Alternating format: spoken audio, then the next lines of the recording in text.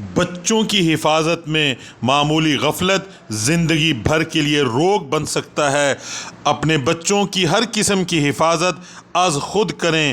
چوکیدار، school انتظامیہ اور دیگر افراد پر نہ چھوڑیں۔ اپنے بچوں کی لمحہ بہ لمحہ خبر رکھیں کہ وہ اس وقت کہاں پر ہیں۔ بچے کسی سے بھی کوئی چیز نہ لیں۔ بچوں کو بتائیں کہ گھر سے باہر آتے جاتے وقت کوئی شخص اپنے آپ کو آپ کا رشتہ دار بتائے۔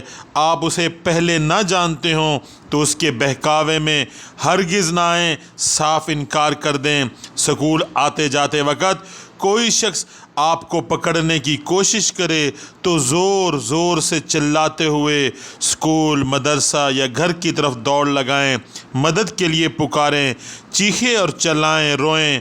والدین روزانہ کی بنیاد پر اپنے بچوں کو کم از کم 1 گھنٹہ دیں۔ ان سے روزانہ کی روداد، پورے دن کی کارگزاری سنیں۔ اپنے بچوں کو اپنے سے اتنا قریب کریں کہ وہ ہر بات آپ کو کھل کر بتائیں۔ اپنے بچوں کو خود اعتماد بنائیں۔ اپنے بچوں کو حیثیت دیں۔ انہیں اچھے اور برے کی تمیز، دوست اور دشمن کی پہچان کروائیں۔ اپنے بچوں کو پورے کپڑے پہنائیں۔ بچیوں کو بھڑکیلے، اشتعال انگیز کپڑے ہرگز نہ پہنائیں۔ 7 سال سے بڑی بچیوں کو حجاب پہنائیں۔ 10 سال کے بعد مکمل پردہ کروائیں، کیونکہ عموماً 10 سال کی بچیاں بڑی سمجھی جاتی ہیں۔ اپنے بچوں کو خود اسکول اور مدرسہ پہنچائیں، واپس لے کر آئیں۔ بچیوں کے معاملے میں کسی پر بھی اعتماد نہ کریں۔ یہ وقت اور دور شہوت پرستی کا ہے۔ مغربی تہذیب اور فلموں اور ڈراموں نے نوجوانوں کو ایسا درندہ بنا دیا ہے کہ ہمہ وقت معصوموں کو اچکنے کے لیے تیار رہتے ہیں۔ اپنے بچوں کو اچھی خوراک دیں، کیونکہ صحت پر، حالات پر، ماحول پر، بچوں کے اعصاب اور ذہن پر خوراک کے اثرات ہمیشہ رہتے ہیں۔ گھر میں جب کوئی مہمان مرد آئے، خصوصاً غیر محرم نوجوان آئے، تو مہمان خانے میں اپنے بچوں اور خصوصاً بچیوں کو ہرگز اکیلا نہ بھیجیں۔ ایسے واقعات پیش آ چکے ہیں۔ حیوان نما انسانوں نے اپنی محرم بچیوں کو بھی نہ چھوڑا۔ دکانوں پر اپنی بچیوں کو اکیلے ہرگز نہ بھیجیں۔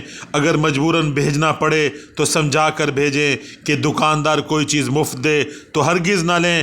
ہنس کر بات کرنے کا جواب نہ دیں۔ اپنے بچوں کے ہاتھ کسی قسم کا موبائل ہرگز نہ دیں۔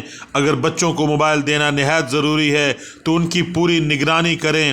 روزانہ کی بنیاد پر اپنے گھروں میں دینی تعلیم کرائیں۔ اس دور میں گھر میں موجود سب بچے، والدین، دیگر افراد موجود ہوں۔ بچوں خصوصاً بچیوں کو تنہا اسکول، مدرسہ، ٹیوشن سینٹر نہ بھیجیں۔ والدین اور اساتذہ بچوں کو اپنے تحفظ اور دفاع کے لیے کراٹے وغیرہ کی ضرور مشق کرائیں۔ اپنے بچوں کے ساتھ وقت گزاریں۔